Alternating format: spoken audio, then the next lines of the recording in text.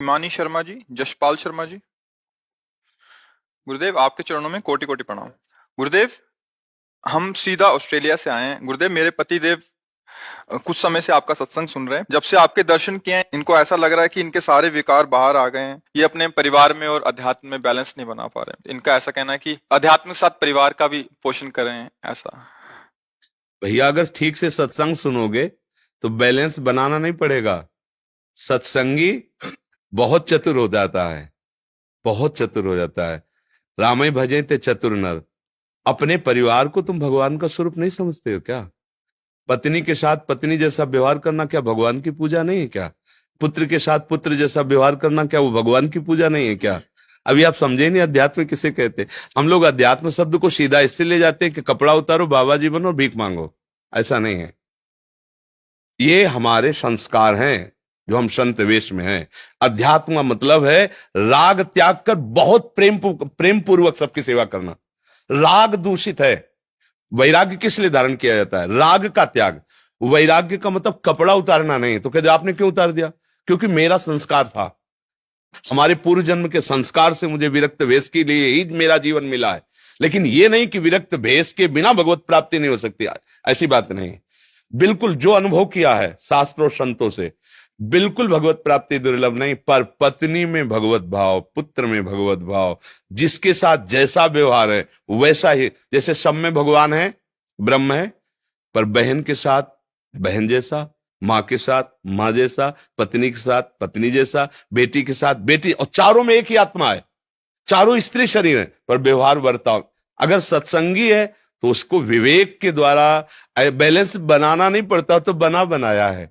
मेरे प्रभु जब श्री विग्रह में भावना करते हैं तो वहां से अनुभव दे देते हैं। तो पत्नी में, पति में, पुत्र में, परिवार में क्या मेरे प्रभु नहीं है क्या? मेरे प्रभु के लिए मुझे अलग किसी देश में जाना पड़ेगा क्या? अलग किसी भेष में जाना पड़ेगा क्या? तो मुझे लगता है अभी आप समझे नहीं है। वैराग्य अंतर्वृत्ति है, बाहर से व्यवहार वैसे ही करो। मेरा थोड़ा क्वेश्चन ये है कि राग और वैराग के बीच में जो बैलेंस कैसे? राग तो बिल्कुल नहीं रखना। प्रेम सब जीवन सो प्रीति रीति निवाहत आपनी। अभी तो समझे नहीं, तुम्हारे प्रश्न का ही तो उत्तर है। सब जीवन सो प्रीति। प्रीति और राग में अंतर होता है। राग में शरीर भाव को लेकर होता है और प्रीति में आत्म भाव को लेकर होता है। इस पत्नी के ढांचे के अंदर भगवान बैठा हुआ है और मुझे सेवा मिली पति की तरह बर्ताव करना। पुत्र के ढांचे के अंदर भगवान बैठा हुआ है और मुझे सेवा मिली पिता की तरह बर्ताव करना। अब बैलेंस बनाने की जरूरत है कि बैलेंस बनाया है। तुम्हारी समझ में आई बात हमारी? हाँ जी, एक और प्रश्न है जी। और अगर वैराग और अनुराग के बीच में बैलेंस कैसे बनाते? पहले शरीर भाव से ऊपर देखो। अब अटारी की हम बात करें और चढ़े एक सीढ़ी भी नहीं है तो वो केवल वार्ता होगी, अनुभूति नहीं होगी। मुझे लगता है बुद्धिमान उपासक वही है, केवल अगली सीढ़ी को देखे और फौरन उस पर पैर रखे तो अगली सीढ़ी अपने आप दिखाई दी, फिर उस पर चढ़े। छत में क्या और अपने आप पता चल जाएगा। अनुराग कहीं नया उत्पन्न नहीं होता। ये छाती की बात कह रहा हूं। हमारा अनुराग बटा हुआ है, नाम में, रूप में, नाना प्रकार की वस्तुओं में। उसे समेट कर, यही समेटना कि ढांचे के अंदर प्रभु बैठा है। और जब वो गृहस्थी में रह सकता है वो, और एक गृहस्थी में रहते हुए इतने संत हुए कि हमें लगता है अगर भक्त चरित्र उठाओ तो अधिक मात्रा में आपको गृहस्थ संत ही ऊंची ऊंचाई पर, स्थिति पर पहुंचे हुए, जिनके बच्चा बेटा भी है, पत्नी भी है, और ऐसी ऊंचाई पर चढ़ गए कि विरक्त महापुरुष उनके नीचे बैठ करके सत्संग उनका सुनते हैं। ऐसा नहीं सोचा जा सकता। बात यही तो है। गृहस्थ और विरक्त हम दोनों बेटे हैं भगवान के। दो मार्ग हैं, एक वैराग्य से चल रहा है और एक गृहस्थी से चल रहा है। और गृहस्थी से चलने वाला विशेष है। क्यों विशेष है? हम लोग मानते हैं कि वैराग्य से चलने वाला विशेष है, पर हमारी जो अनुभूति है वो ये कहती है कि गृहस्थी में विशेष है। क्योंकि हमारे लिए एक ही कार्य है, मात्र केवल भगवान का चिंतन, दूसरा कोई कार्य नहीं। वो आपके लिए बहुत कार्य करते हुए भगवान का चिंतन करना। इसलिए हमसे ज्यादा कठिन साधना गृहस्थ में है। वो बहुत बातें करना है, उसको बहुत व्यापार करना है, बहुत प्रकार की उसको सामग्री जुटा। हमारे तो कुछ नहीं, भगवान जो देगा खा लेंगे, राधा राधा राधा। और उसको ऐसा नहीं है, उसको कमाना है, परिवार का पोषण करना है, सबकी कामनाओं की पूर्ति की उसकी जिम्मेवारी, बेटा पढ़ाई लिखाई सब। और इसके बाद भी वो भजन करता है। इसलिए बहुत बड़ा भजन आनंदी। एक बार भगवान श्री हरि अम्बरीश जी की महिमा का गान कर रहे थे कि चक्रवर्ती सम्राट होते हुए भी ऐसा भजन। तो नारद जी ने पूछा कि प्रभु वो तो मतलब भक्त तो है ही, पर राजा भी है, रानियां है, पुत्र है, वैभव है। तो भगवान समझ गए। उनका, नारद जी एक कार्य करोगे, तुम तो हमारा अखंड स्मरण करते हो। बोले हाँ प्रभु। तो बोले देखो कटोरा घी से भरा हुआ है और तुम हमारे वैकुंठ की एक परिक्रमा लगाओ, सुदर्शन चक्र पीछे रहेगा, एक बूंद भी घी नहीं गिरना चाहिए। अगर एक बूंद भी घी गिरा तो सुदर्शन तुम्हें पीड़ा पहुंचाएगा। भगवद आज्ञा। अब पूरी चित्त वृत्ति लग गई कि एक बूंद भी घी गिरेगा तो सुदर्शन जी महाराज पीछे हैं, परिक्रमा लगाए। बोले प्रभु एक बूंद भी नहीं गिरा। बोले हाँ सुदर्शन जी प्रमाण है इस बात का, अगर गिरा होता तो आपको पीड़ा पहुंचाते, अर्थात नहीं गिरा। अब बोलो कितनी बार सुमिरन किया? बोले प्रभु सुमिरन पूरी चित्तवृत्ति तो रखी थी कि घी एक बूंद न गिरे। बोले हाँ गृहस्थ में रहते हुए विविध प्रकार के कार्य करते हुए जो मेरा सुमिरन कर रहा है वो श्रेष्ठ भाव है। तो ये कैसे तुम सोच सकते हो कि बिना विरक्त हुए भगवान की प्राप्ति नहीं हो सकती? राग का त्याग अंदर का विषय होता है। देखो प्रीति में इतना दम है कि राग का त्याग तो सहज करवा देता है। आप देखो जैसे छोटे बच्चा बच्ची आपस में प्रेम कर लेते हैं ना, तो 20 वर्ष माता पिता ने पाला पढ़ाया लिखाया, सबका राग एक कोने में रख के उसके साथ तो चल देते हैं, चाहे लड़का हो चाहे लड़की। ये सांसारिक राग के अंतर की प्रीति है।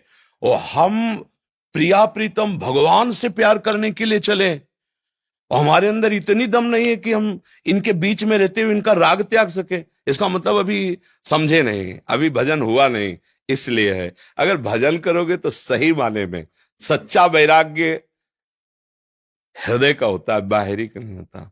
अगर हमें अपने शरीर में प्यार है, भोगों में प्यार है, व्यवस्था में प्यार है, तो कपड़ा केवल वैराग्य अंदर से वैराग्य की कोई बात नहीं है। तो आप पैंट शर्ट में हो, आप अधिकार में हो और ठीक भजन कर रहे हो तो आप सच्चे वैरागी हो। वैरागी का मतलब सीधा हम लोग ले जाते हैं कपड़ा से। अरे देह का राग ही सबसे बड़ा राग है। इन अंतःकरण में इंद्रिय और मन का भोगों में राग ही सबसे बड़ा राग है। इसका त्याग कर दे तो चाहे पैंट शर्ट में हो, चाहे पैजामा कुर्ता में, चाहे जिस वेश में हो, महात्मा ही है।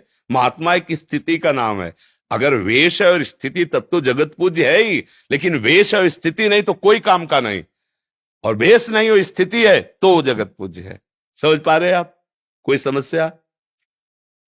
हाँ, अंदर से साधक का मतलब तो सुलझा हुआ व्यक्तित्व, ऐसे फंसा वाला नहीं कि हमने सत्संग सुना, हमें परिवार से वैराग्य हो रहा है, हम छोड़ करके कहाँ छोड़ के जाओगे? खान पान शरीर राग तो साथ ही लेके जा रहे हो। गुफा में जितना एक कमंडल एक लंगोटी में आसक्ति दुर्गति कर सकती है, उतना ही सारी आसक्तियां हैं। तो हमें लगता है गृहस्थी में बहुत सुंदर बातें रहती कि संतों के प्रति आदर भाव रहता है, और चाहे जितना भजन करे अपने में रहता है, हम तो गृहस्थ है। तो देखो बहुत बड़े अहंकार से बच गया हो। बहुत से बचाव पक्ष गृहस्थी में है। तो मुझे तो लगता है कि अगर गृहस्थी में सही ढंग से भजन किया जाए तो बहुत जल्दी उन्नति हो सकती है। पर वो क्या है, मान्यता बैठ गई कि हम तो गृहस्थ हैं, माने हमें तो सब भोगों का लाइसेंस मिल गया, हम जो चाहे भोगें जैसे, बस इसी से पतन हो जाता है। अगर वो संयम से चले और भजन करे तो गृहस्थ में रहते हुए महात्मा पक्का महात्मा है, भेष जरूर महात्मा का नहीं। विभीषण जी भगवान श्री राम के सामने आए तो कोई भेष था क्या? और भगवान क्या कह रहे, तुम सरीखे संत प्रिय मोरे, धरो देह नहीं आन निहोरे। हे विभीषण, तुम्हारे जैसे संतों के लिए ही ये मैं मानव अवतार धारण करता हूं, दूसरी कोई बात नहीं। तो विभीषण जी संत किस बात के लिए?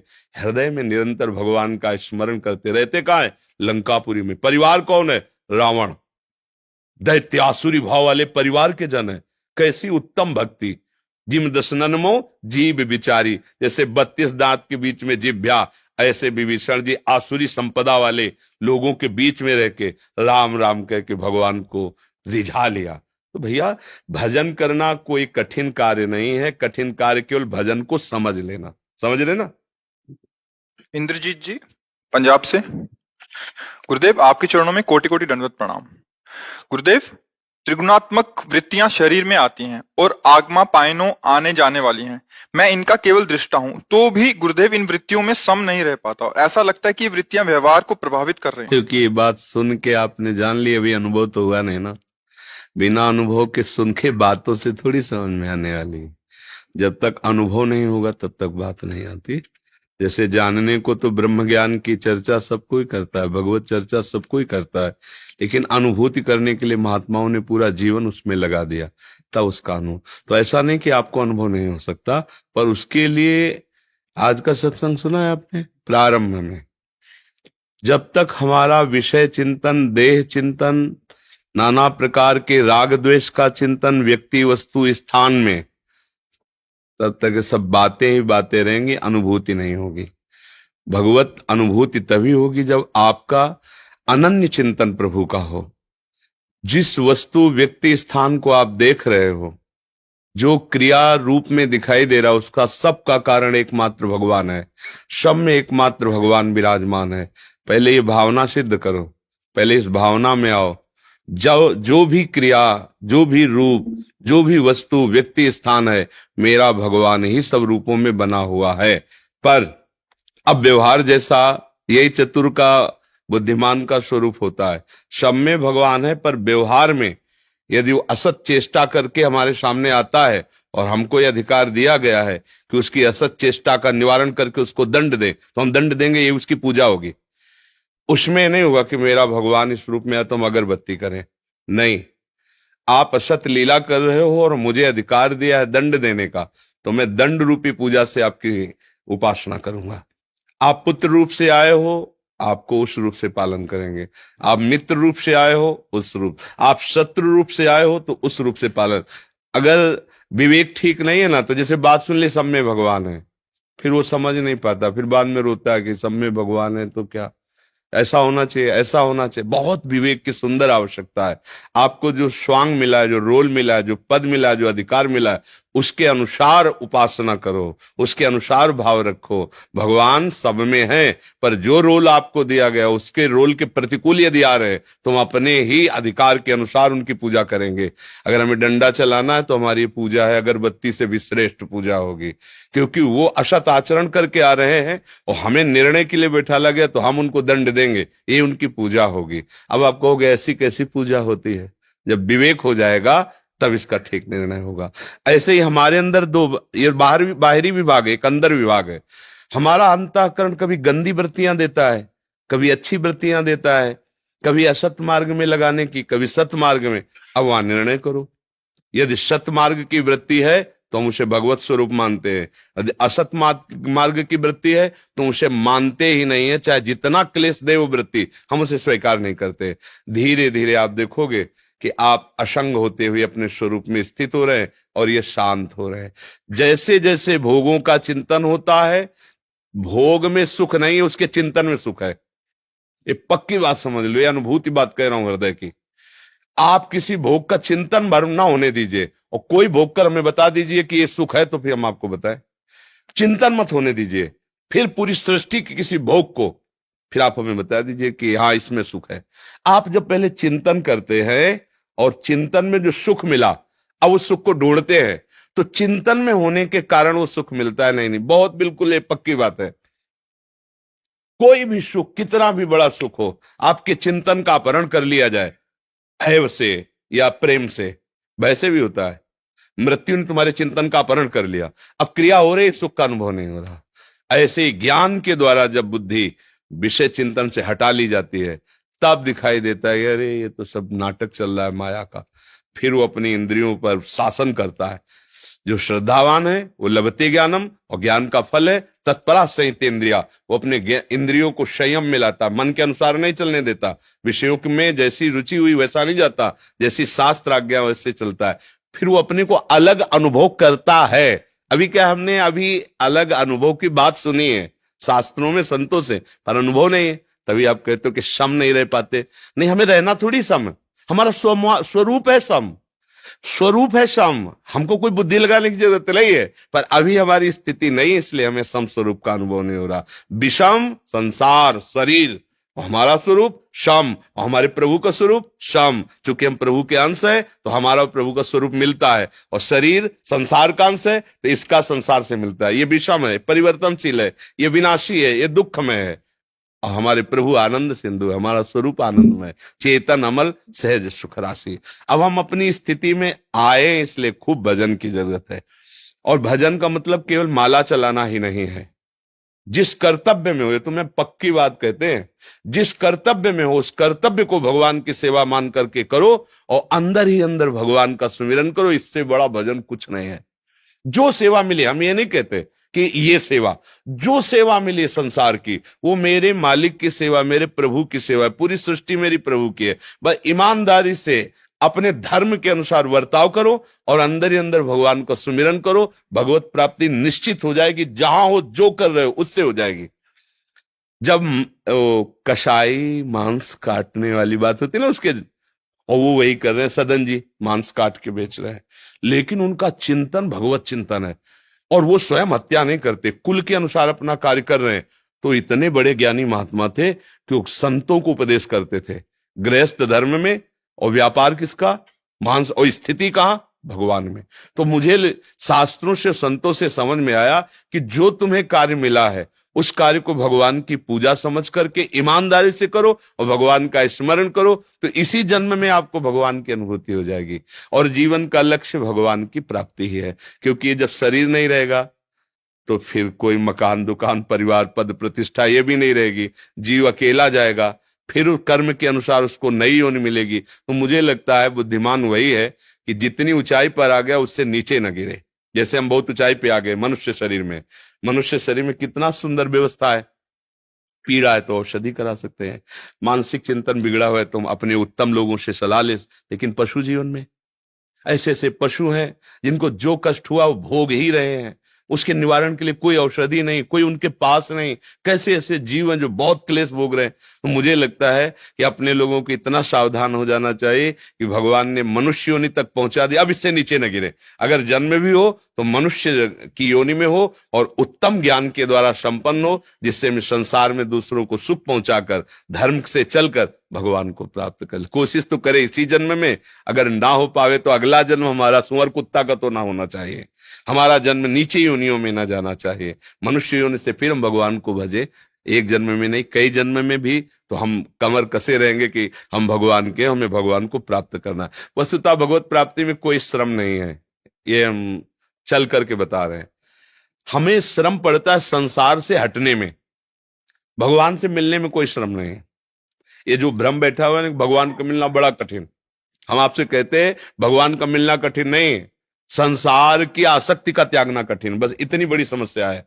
मानी हुई आसक्ति को छोड़ दो, भगवान तो हृदय में बैठे हुए अनुभव हो जाएगा, भगवान तो कण कण में बैठे हुए अनुभव हो जाएगा।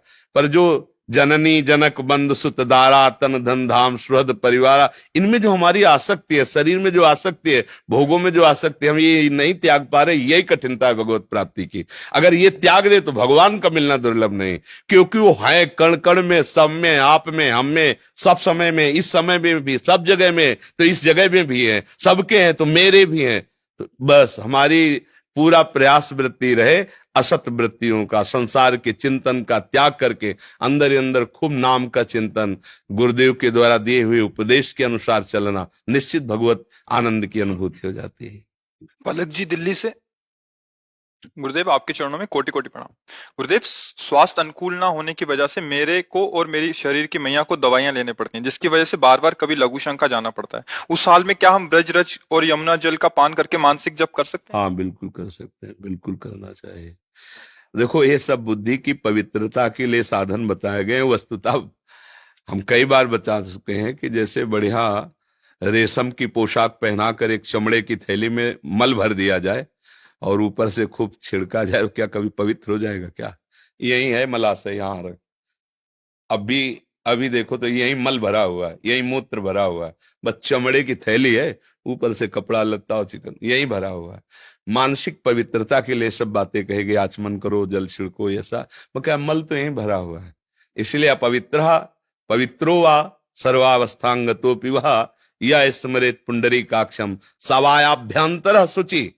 चाहे पवित्र हो, कमल नयन अरविंदाक्ष भगवान श्री हरि का स्मरण तुम्हें बाहर और भीतर से परम पवित्र कर देगा। तो रज रानी यमुना रस रानी से खूब भजन करो, भजन प्रधान चीज है। ये मलमूत्र का भांड कभी पवित्र नहीं हो सकता, इसमें तो सब भरा हुआ है, कूड़ा करकट है। खूब भजन कर लो, वो परम पवित्र है। अपवित्र पवित्रो वा, पवित्र हो या अपवित्र हो, तुम जब कृष्ण कृष्ण कहो, राधा राधा कहो, हरि हरि कहो, तो तुम स्वयं पावन हो गए। और मम भक्ति युक्तो भुवनम पुनातु, और तुम भुवनों को पावन करने वाले बन गए। नाम जप से बढ़कर कोई पवित्रता नहीं। नाम जप कर, अगर मंत्र आदि जप है, यमुना जी आदि आचमन कर लो, बका सबसे बड़ा पवित्र भाव है। अगर हम भाव से प्रभु को भज रहे तो कैसी भी स्थिति हो परम पवित्र ही है। थोड़ा मंत्रों के लिए विधान बनाया गया है, उसके अधिकार के लिए रज ले ले, राधा कुंड का जल है, मानसी गंगा का है, मानसरोवर का, अपने तो ब्रजमंडल में परम पावन तीर्थों के भी तीर्थ है, सीसी में जल ले लिया, ऐसे किया, पवित्र हो गए, आचमन किया, मंत्र जप रहे हैं।